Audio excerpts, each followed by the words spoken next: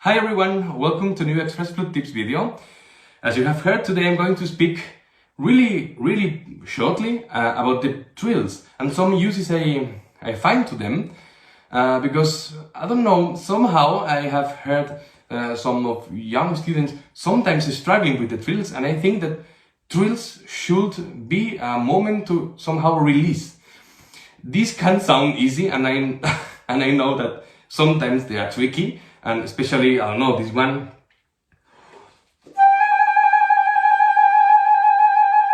By the way, this one, for the chandelier nose opening, you can also go. I don't know if you want to do like super fast. I mean, this possibility exists. But anyway, even if you do with the pinky, what I think about that is that trills should not sound stuck. Again, this is quite easy to say, and then how we can achieve that? Okay, first of all, of course we can focus in the movement of the fingers, but I really think that they can sound more free when we don't think about that. So I tell that because of my own experience. Also, obviously, when I'm thinking really a lot in the controlling the fingers, then it's like my brain is too busy. I cannot think about that. So, of course, we can practice slowly if we find there is a problem with a movement of a single finger. Let's say, if we do maybe this one, which is not the most, the most, let's say, fast one, no? Okay, we can go.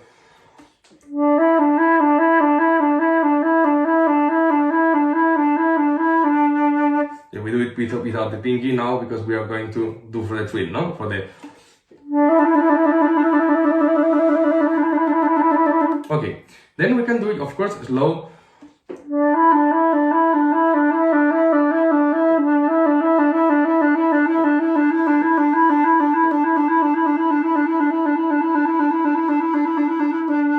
And we can practice rhythms.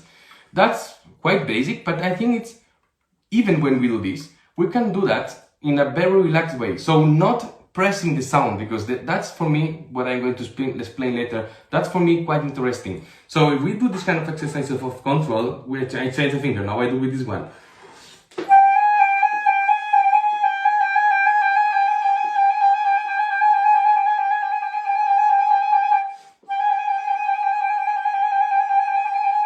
Even that I'm changing the rhythms, I'm doing faster rhythms, whatever. If you hear, I'm not doing this.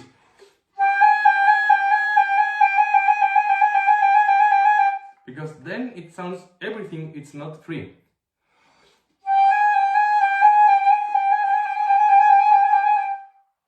Like having this approach, for me it's very clear. It sounds more free and it feels more free also for the hand and technically for the fingers.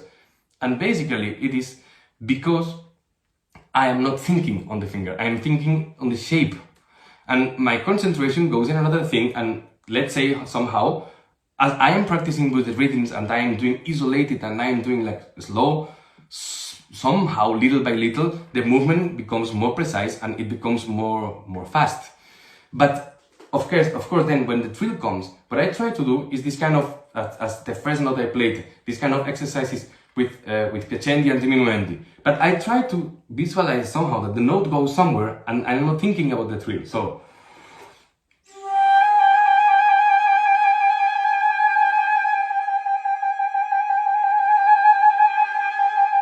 I try to do these kind of things. I don't know, with any other combinations.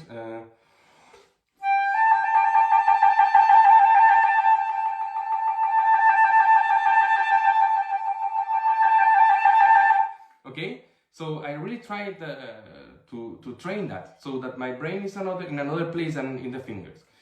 So another application I can find to the trills is of course for the sound, because sometimes problems you have with the trills is that they are not in tune. So that we should also practice. With this one, the last one I played, the GA. Maybe we can, with this trill, we can try to focus in the top note, in the A, and try to play that note like more in tune or more sharp.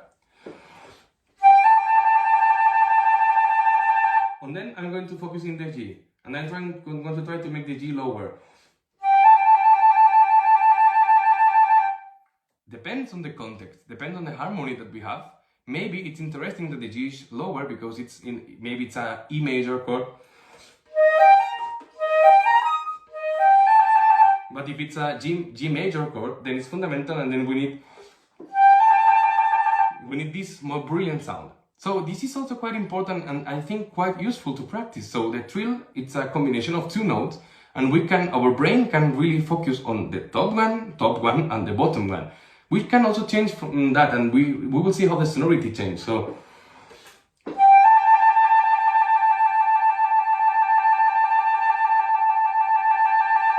and this helps me a lot for the flexibility. It's very little movement, very little feeling, but it helps me a lot with the flexibility. And also, as I have said in other videos, then I reduce the air and I try to play very soft. It helps me to have the sustain and the support of the air when I am playing, for instance, this.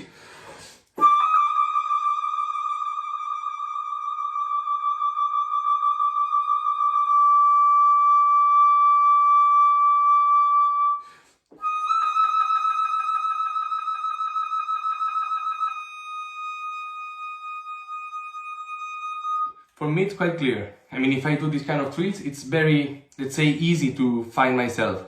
Also, when we are starting to practice the circular breathing, then it's the most easy thing to do if we're in the register.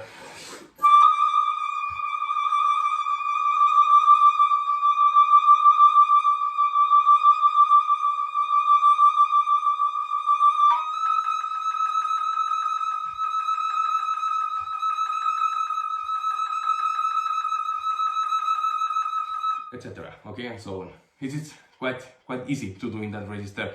And by the way, then we are training somehow two things.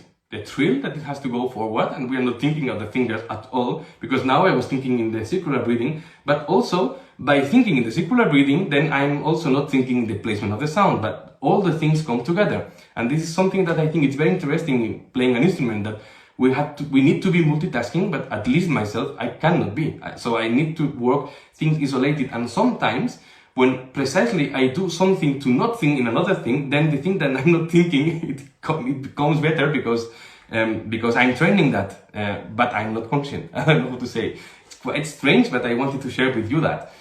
So, having said that, then some students, I hear sometimes that they struggle with famous trills that we have to play.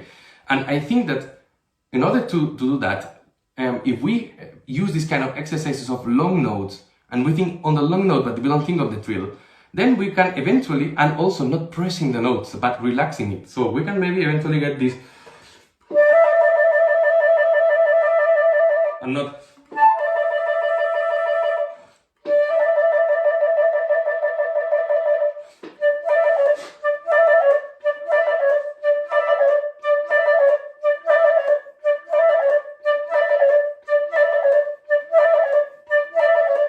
and here my brain is just thinking wham pam, wham pam, wham pam, wham pam, this, and then the resolution. So my brain is pam pam pam pam pam pam, as if I did.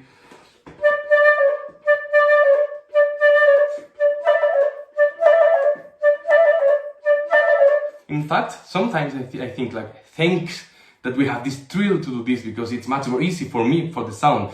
If I had to re-articulate this D, it's much more complicated than. And then simply we can play like that, as I am doing, and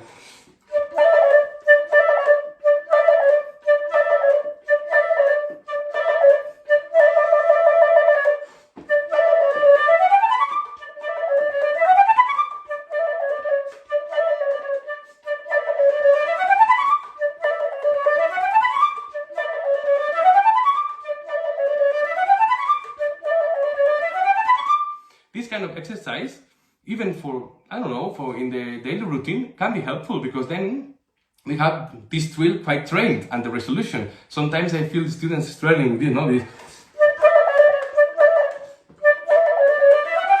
And also,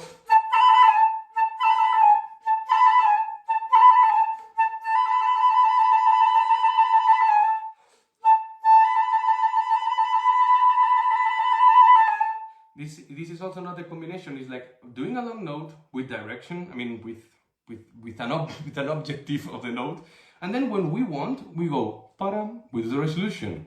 Then I'm not thinking in the trill.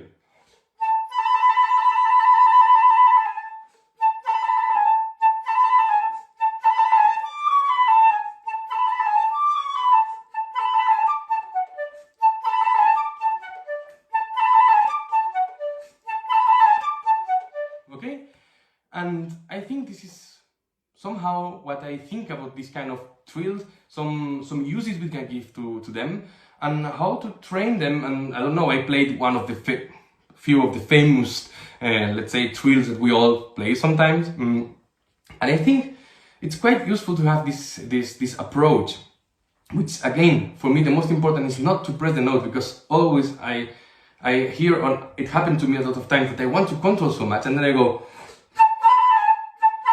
I'm not, it's totally different, because then I'm not thinking really in the fingers.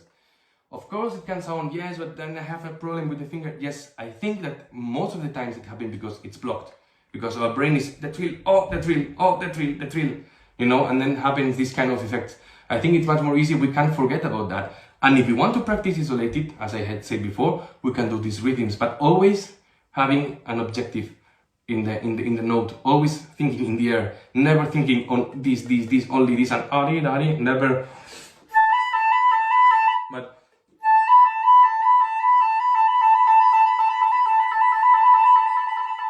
in fact, I think that's the basic of the technique for me, to be able of, with one finger, do controlled rhythms, but in a musical way. That's quite important, because then I think later we can lay back a bit and then play. Okay, so I hope that was interesting for you, and see you next time, and hope that everything is well and not too many snow for everyone, because in a lot of places it hasn't snowed a lot, but anyway, that's nice for the landscape.